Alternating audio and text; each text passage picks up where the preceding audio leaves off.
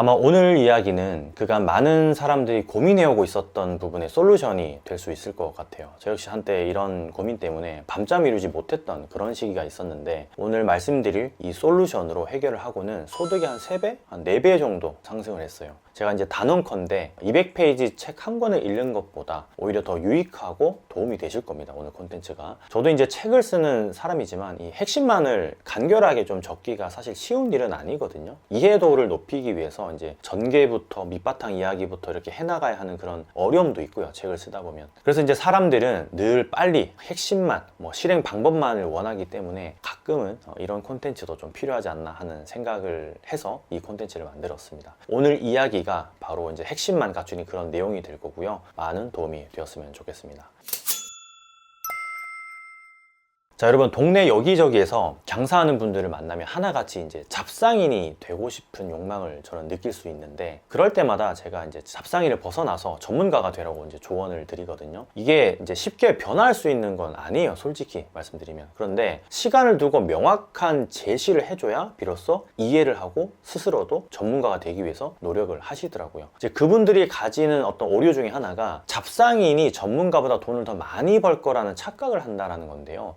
실질적으로는 전문가가 훨씬 더 많은 돈을 법니다. 지금 이 영상을 보시는 분들은 아마 이해가 가실 거예요. 당연히 이제 그렇다라고 이제 생각을 하시겠죠. 그런데 본인 자신의 문제가 아니라고 생각을 하기 때문에 바로 판단이 되는 건데, 정작 본인 자신은 잡상인이 되려고 하고 이미 잡상인으로 장사를 하고 있는 사람들이 많다는 게 문제예요. 얼마 전에 제가 상담을 위해서 외곽지에서 이제 대형 카페를 운영하는 곳을 찾았었어요. 그때 이제 10억 가까이 정도 투자를 하셨는데 멋들어지게 카페를 오픈을 해 놓으셨더라고요. 이제 초기에만 좀 반짝하고 6개월째 마이너스인 매장이었는데, 그런 상황이었을 당시에 제가 갔거든요.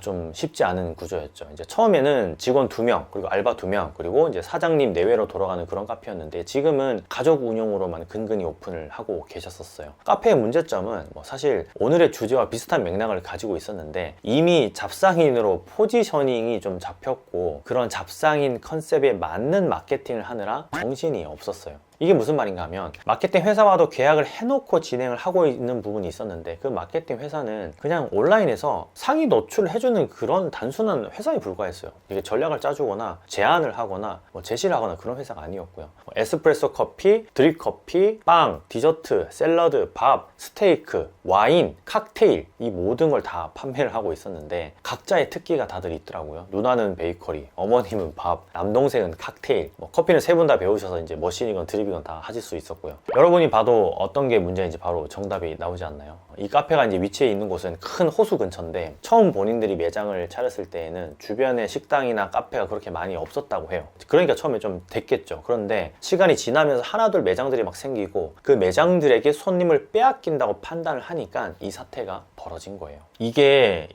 비단 이 카페만의 문제는 아닐 겁니다, 분명히. 우리는 우리 자신도 잘 모르게 명확한 무기 대신에 날이 서지 않은 칼, 발사되지 않는 총, 그리고 구멍이 숭숭 뚫린 방패, 그리고 어디론가 사라져버린 어떤 한 짝의 신발, 이렇게만 가지고 전장에 나간다라는 거예요. 전쟁이거든요, 장사는. 우리나라는 카페의 공화국이죠. 그런데 이 많은 카페가 계속 유지하면서 버틸 수 있을까를 생각을 해보면 절대 그렇지 않습니다. 지금도 하루에 수백 개의 카페가 문을 닫고 또 오픈하고 있어요. 경쟁 과열이라고 하기에는 사실 그들이 가진 무기가 너무나 빈약한 거죠. 경쟁 때문에 폐업을 하는 게 아니고 무기가 빈약해서 폐업을 한다라고 보는 게 맞아요. 저가 커피에 맞선다고 적자를 보기도 하고, 뛰어난 실력의 바리스타 챔피언들 상대로 어이없는 도전장을 내밀기도 하죠. 저가 커피는 저가 커피의 컨셉을 가지고 있고, 바리스타 챔피언들은 그들만의 권위를 가지고 손님들을 매료시키는데, 시그니처 메뉴 하나 없이 아니 누구나 다 만들 수 있는 그런 메뉴를 시그니처라고 표기를 해놓고 장사를 하는 카페에 누가 여러 번 방문을 할 수 있을까요, 여러분?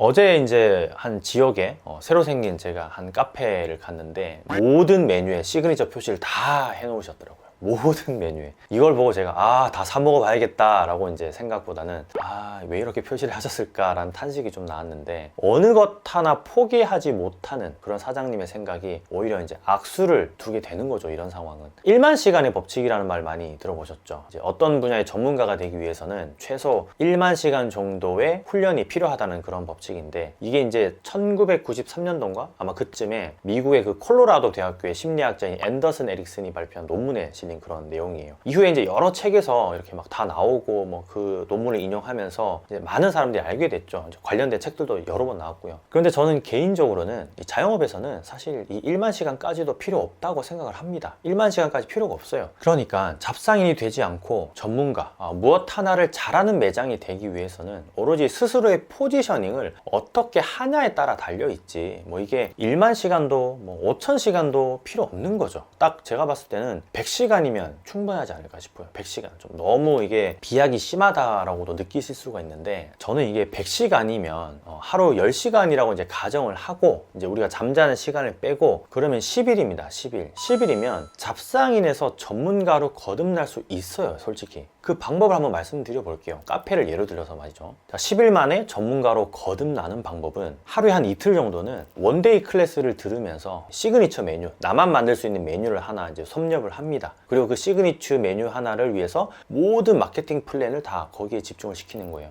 천안에 있는 한 그 관광지에서 카페를 열었다고 칠게요. 가정을 하자면, 그럼 호두가 특산품이니까 호두 크림 라떼를 클래스를 다니면서, 그냥 크림 라떼 다니셔도 됩니다. 그런데 호두 크림 라떼를 나는 개발한다고 생각하고 다녀야 되는 거죠. 그걸 시그니처로 지정하고 거기에만 집중해서 마케팅을 하는 거예요. 여기서 중요한 거는 내 포지셔닝이랑 다른 메뉴의 마케팅을 하지 않아도 아주 자연스럽게 마케팅이 된다라는 사실인데, 해보지 않으면 알 수 없습니다. 이게 10일이면 충분히 가능한 일이에요. 실제 사례도 많고. 보통 하루 뭐 한 이틀 정도면 수업을 통해서 메뉴는 완성이 되거든요. 나머지는 돌아와서 여기에다가 이제 집중하는 그런 오프라인 마케팅 구조, 메뉴를 살짝 비트는 그런 어떤 킥을 주는 상품, 테스트를 통해서 맛을 조금 더 극대화시키는 것, 이런 게 더 중요하다라는 거예요. 온라인 마케팅도 이제 호두 크림 라떼에 집중해서 해야 하는 거고, 다른 건 다 안 하셔도 되고요. 이게 솔직히 어렵지 않습니다. 실행에 옮겨보지 않아서 어렵다고 느껴지는 거예요. 제가 최근에 인스타그램에 일주일에 3번 찾은 식당이라는 스토리를 제가 올린 기억이 있는데, 이게 아마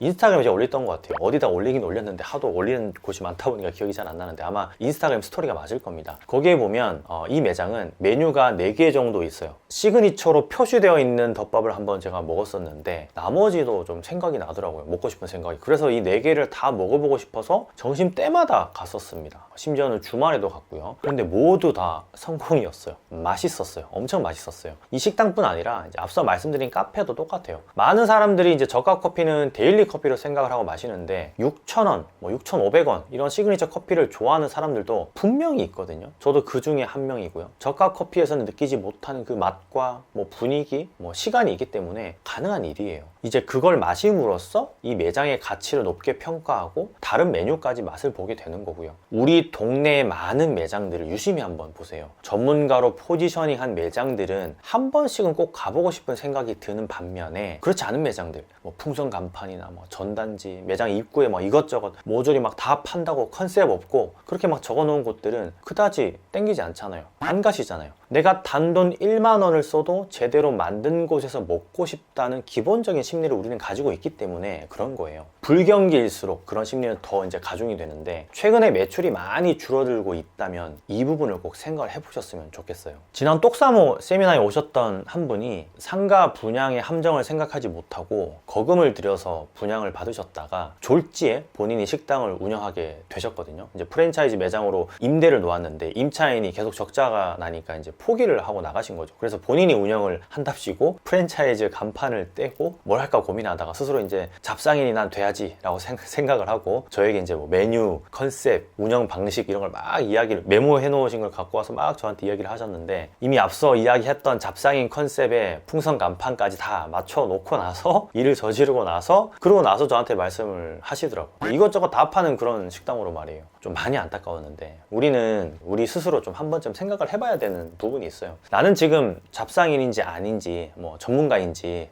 내가 전문가로 포지션을 하고 있는지, 그 부분을 말이에요. 잡상인이 전문가와 좀 싸우겠다고 하면 발사되지도 않는 총, 뭐 구멍이 숭숭 뚫린 방패 아까 말씀드렸던, 그리고 뭐 신발 한 짝 이것만 신고 싸우고 있는 거예요. 이길 수 있을까요? 절대 이기지 못할 뿐더러 자기가 왜 여기에 있는지조차 모를 경우가 태반이에요. 왜 장사를 하고 있는지 모르고 있다라는 거예요. 자기도 모르게 그냥 홀려서 장사를 시작했고 하루하루 그냥 연명하고 있다라는 느낌. 전문가가 아닌 잡상인으로 자영업의 시장에 들어와서 전문가들과 싸우고 있는 모습, 멘탈이 털릴 수밖에 없죠. 반드시 한 번쯤은 좀 생각을 해보셨으면 좋겠고, 그래서 주변에 제대로 잘 포지셔닝 되어 있는 대표분들과 어울리면 좋습니다. 사실 잡상인과 잡상인들끼리 어울리면 발전이 없거든요. 너도 나도 잡상인이다 보니까 서로 배울 게 없죠. 그런데 전문가 그룹을 한번 경험하고 나면 진짜 머리에 총 한 대 맞은 느낌을 받으실 겁니다. 아, 내가 잡상인이었구나 하는 걸 느끼면서 이제 비로소 이제 변화를 하게 되죠. 그때부터 이 부분을 좀 꼭 명심하셨으면 좋겠어요. 아마 제 채널을 보고 계시는 분들은 이미 머리에 총을 여러 번 맞으신 분들이 많으실 텐데, 그 뒤로는 계속 이런 콘텐츠를 챙겨보고 공부하고 노력을 하시잖아요. 이미 이제 전문가로 포지셔닝을 하고 계시다라는 뜻이죠. 그게 잡상인보다는 여러분 전문가로